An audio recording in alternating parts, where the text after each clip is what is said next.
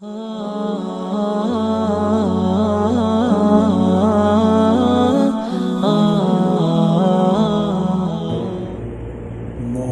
اور مسلمان کے لیے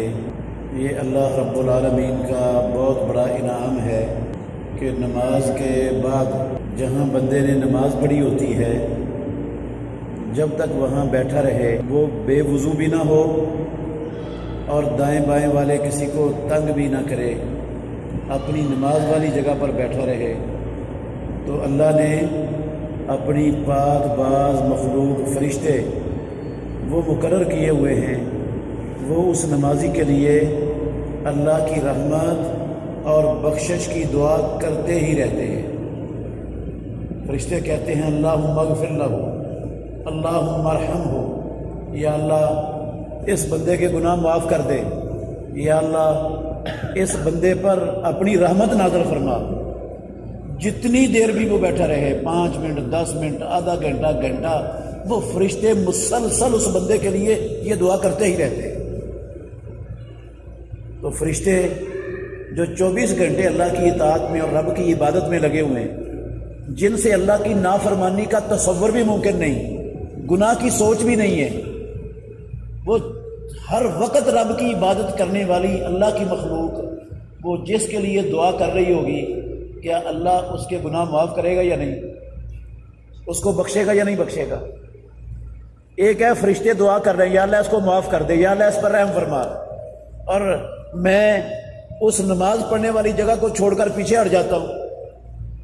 اس کا مطلب یہ ہوتا ہے مجھے فرشتوں کی رحمت اور بخشش کی دعا نہیں چاہیے، یا میں اٹھ کر فوری طور پر جانے کی کوشش کرتا ہوں، بھئی میں چلا جاؤں گا، دکان کھول لوں گا جا کر، تو کتنی کو کمائی کر لوں گا، کتنا کو مل جائے گا اگر میں 2-4 منٹ بیٹھ کر نماز کے بعد کے اذکار کرتا ہوں، جو اللہ کے نبی کی سنت ہے، اور جن اذکار کا اپنی جگہ پر بڑا فائدہ ہے، ان اذکار کا اپنی جگہ پر بڑا فائدہ ہے۔ ایک تو اللہ کے نبی کی سنت پر عمل ہو جاتا ہے، دوسرا نمازوں کے بعد کے اذکار میں یہ آخری تینوں کو لے کے مرتبہ پڑھے جاتے ہیں۔ عقبہ بن عامر رضی اللہ عنہ کی حدیث ہے، رسول مکرم صلی اللہ علیہ وسلم نے فرمایا ما تعوذ متعوذ بمثلہما، یہ جو آخری 2 صورتیں ہیں نا قرآن کی، معوذتین، یہ پڑھ کر بندہ اللہ رب العالمین کی جتنی مضبوط پناہ حاصل کرتا ہے، جنوں سے، جادو سے، مالی نقصان سے، جانی نقصان سے، ہر قسم کی جو ہے نا وہ شر سے جتنی مضبوط پناہ بندے کو ان 2 صورتوں کے پڑھنے سے ملتی ہے، اتنی مضبوط پناہ وہ کسی قلعے کے اندر بند ہو کر بھی نہیں حاصل کر سکتا۔ کوئی دنیا میں ایسا کوئی وظیفہ، ایسا عمل ہے ہی نہیں جس وظیفے اور جس عمل سے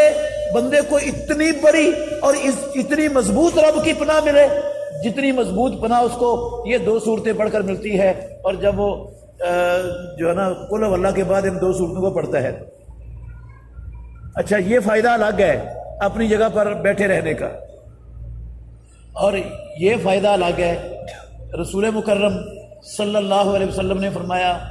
جو بندہ ہر فرضی نماز کے بعد آیت الکرسی پڑھتا ہے،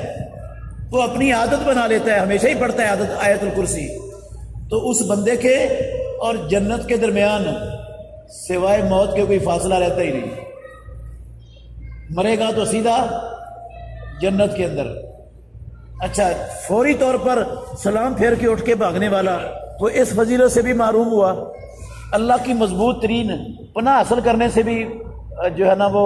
محروم ہوا، رسول اللہ صلی اللہ علیہ وسلم کی سنت پر عمل کرنے، نماز کے بعد کے اذکار سے بھی محروم ہوا، اور فرشتوں کی دعا سے بھی کیا ہو گیا،